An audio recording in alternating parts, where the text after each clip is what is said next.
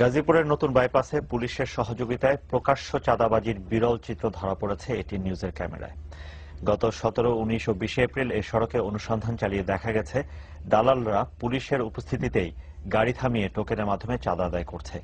অনুসন্ধানের এক পর্যায়ে পুলিশ সার্জেন্ট রাফিকুল ইসলামের পকেট থেকে উদ্ধার হয় চাঁদার টোকেন। হাবিবুর রহমান হাবিবের তোলা ছবিতে বিস্তারিত জানাচ্ছেন মাসুদুল হক, সঙ্গে ছিলেন HM সাগর।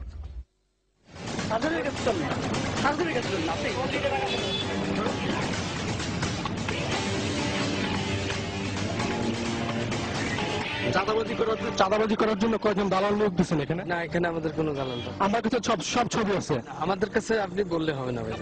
গাজীপুরের বাইপাস বিশ্ব রোডের মোড়ে 3 দিন গোপনে চিত্র ধারণ শেষে এটিএন নিউজের ক্যামেরা যখন প্রকাশ্যে এলো, তখনই এভাবেই দৌড়াতে থাকে পুলিশের নিয়োগ করা এক দালাল।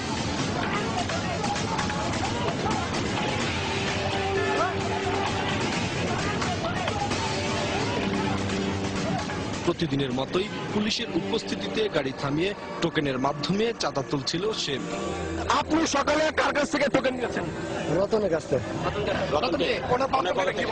না আমি রতনের কাছ থেকে নিয়েছি। কাগজপাতি সব কমপ্লিট আছে আমার, এটা কোম্পানির গাড়ি, অল কমপ্লিট। তারপরও টাকা দাও বিট প্রতিদিন আপনার প্রতিদিন আর যে কোনো গাড়ি দেবে সবাইরই। তো এই মাত্র আমার পুলিশ টাকা নিল। কত টাকা নিচ্ছে? 200।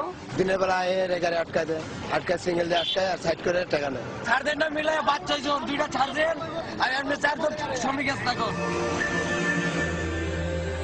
সিনেমা নাটকে চাঁদাবাজির অনেক ছবি দেখলেও বাস্তবের এই ছবি তোলা হয়েছে গাজীপুরের নাওজোর থেকে নারায়ণগঞ্জের মদনপুর পর্যন্ত 48 কিলোমিটার দীর্ঘ সড়কের চান্দনা বিশ্ব রোড মোড়ে। গত ফেব্রুয়ারি মাসে চালু হওয়া এই সড়কে 3 দিন পর্যবেক্ষণ করে দেখা গেছে স্পটে পৌঁছেই পুলিশ তাদের নিয়োগ করা দালালদের কাছে বিশেষ টোকেন তুলে দেয় চাঁদাবাজি করতে। গাড়ি থামানো বা কাগজপত্র পরীক্ষা করার দায়িত্ব পুলিশের থাকলেও এসব কাজ দালালরাই করে পুলিশের উপস্থিতিতে। প্রতিদিন সকাল 6টা থেকে শুরু করে। সকালবেলা উঠেই দেখি টাকা দিলে পুলিশের টাকা নেয়।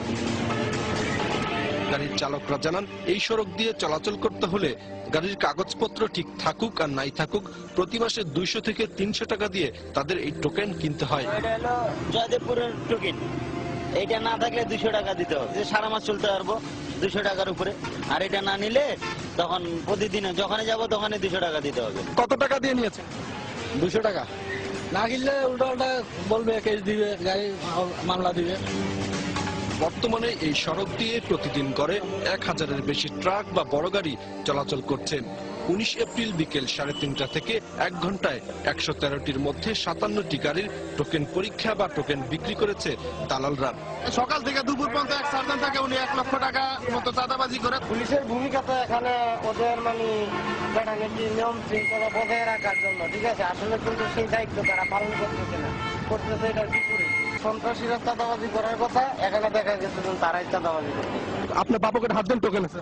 না না, এটা আপনি আমরা এখানে টোকেন আমার কাছে ছবি আছে।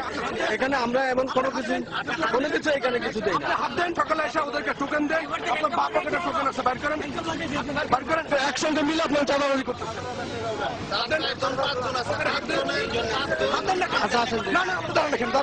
কিচ্ছু নাই ভাই, শোনা কিচ্ছু নাই।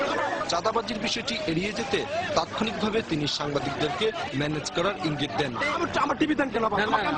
কেন আপনার মতো দুই দেওয়া যাবে না। টোকেন বার কর, টোকেন আছে। ও কি সেটা ও জানে ভাই। মিথ্যা কথা বলবেন না ভাই, আপনার সঙ্গে ছবি আছে। আপনি ওকে টোকেন দিচ্ছেন, আজকে কালকে দিচ্ছেন, পরশু দিচ্ছেন। আমি দিই না।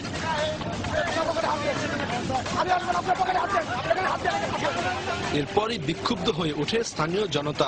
তারা পুলিশ সার্জেন্টের প্যান্টের বাম পাশের পকেট থেকে চাঁদাবাজিতে ব্যবহৃত টোকেন উদ্ধার করেন, যার সঙ্গে পুরোপুরি মিল পাওয়া যায় চালকদের দেখানো টোকেনের সঙ্গে।